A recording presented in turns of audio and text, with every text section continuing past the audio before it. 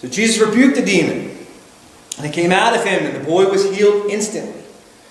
Then the disciples came to Jesus privately and said, "Why could we not cast it out?" He said to them, "Because of your little faith. For truly I say to you, if you have the faith like a grain of mustard seed, you will say to this mountain, 'Move from here to there,' and it will move, and nothing will be impossible for you." So here's the verse I think is the most misunderstood verse possibly in all Scripture. And it drives me crazy because the way I always hear it explained makes no sense whatsoever when you look at the actual language. Now, first off, it's abused by these like word of faith, name it, claim it, preachers you see on TV late night. They're just trying to get your money. They push a completely selfish, I'll use the word theology, but I don't even like calling it theology because it's more magic than it is theology. And then the horrible nonsense they teach, you are what's most important. And like some kind of fairy tale, if you just wish hard enough, all your dreams can come true. The way they define faith, it's a mental belief. And it's really important because it's not restricted just to these snake oil salesmen. This concept of faith just being a mental belief, it's really permeated almost all of Christianity. Now what they're likely drawn from is Mark's account where Jesus says, "If you can, all things are possible for one who believes." And then we have this beautiful reply, which is really more the definition of faith, from the boy's father. He says, "I believe, Lord, help my unbelief." So the word of faith guys, they take just the first half of this. And straight out of a comic book, straight out of a fairy tale, they make the object of their faith the thing that you're hoping for, like your wish. That's the object of your faith. Therefore, they put the power of belief in belief itself. Now, we're going to contrast that with the biblical notion of prayer. The biblical notion of prayer, the object of your faith, isn't what you want accomplished. The object of your faith is God Himself. The biblical concept of belief is trust. The Father is crying out, "I trust you, Lord, but I'm so concerned over my boy. I can't think straight. Please give me the strength to turn over my circumstances completely to you." So the Father isn't here asking for more power so He can make this miracle happen Himself. He's asking Jesus to help Him completely relinquish His boy's future to Him. To completely turn the outcome, whether it's good or bad, over to the Lord. In the word of faith concept, faith, the petitioner has the power, and he actually demands from God the outcome. The biblical concept of faith, we turn the results over to God. And we just let go of all control. Now the way this is mistaught, and it's even mistranslated a lot of times, you'll see it if you have faith the size of a grain of mustard seed. No, that's not what it says. First off, the word used is hos, and it means like or as every single time it's used. Nowhere in the Bible does that word mean the size of. Secondly, it doesn't make any sense. Basically, if you say the size of, Jesus is saying, because of your little faith, you couldn't exorcise the demon, but if you have faith as little as a mustard seed, you can move a mountain. It doesn't, it's just stupid. Like, it doesn't make any sense. Now, the people think he's talking about size. What they're clearly doing is going back to the parable we covered in chapter 13.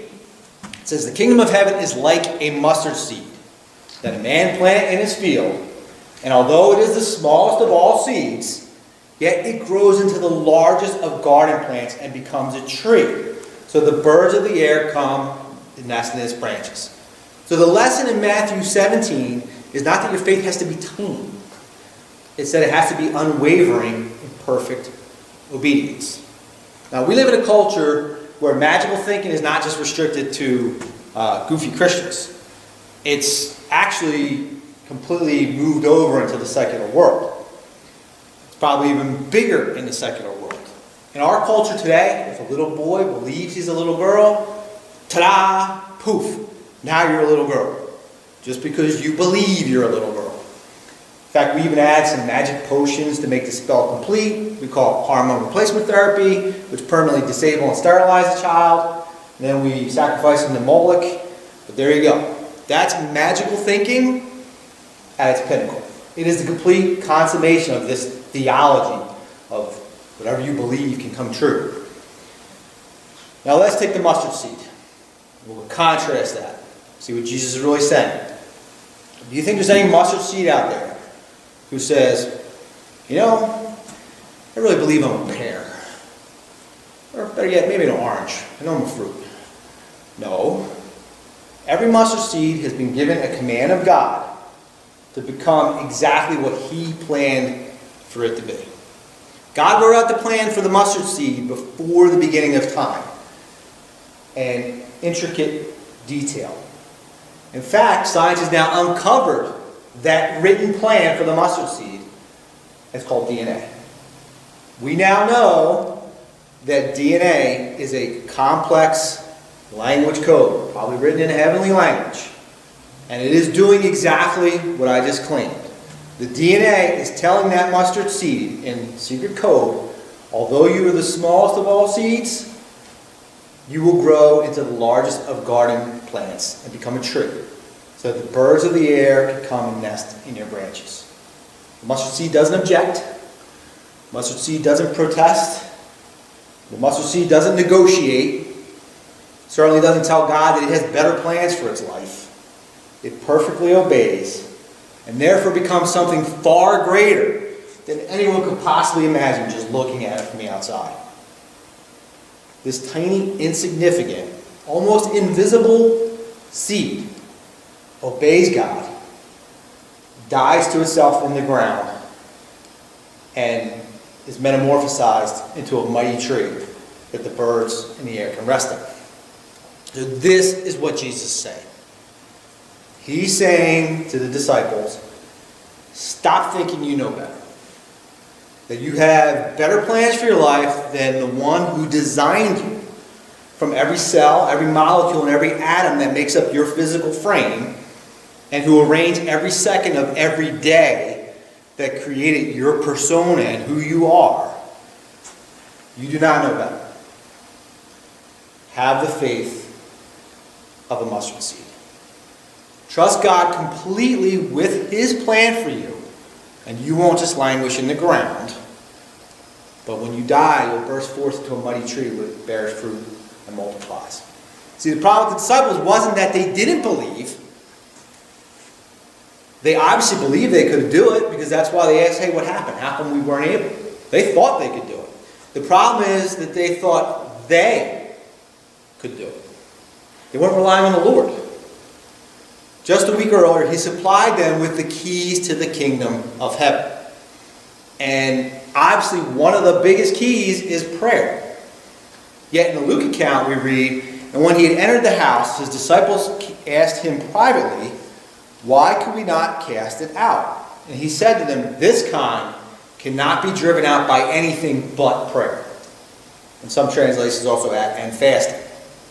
So obviously, they didn't even bother praying when they were trying to cast this demon out. They believed, mentally they believed, but they didn't have what the Bible means by faith. They thought they could accomplish it. They weren't relying on God. They weren't relying on the one who just was conversing with Moses and Elijah and glowing like the sun. Now the one who got it right was the boy's father. So he said, Lord, I believe, but help my unbelief.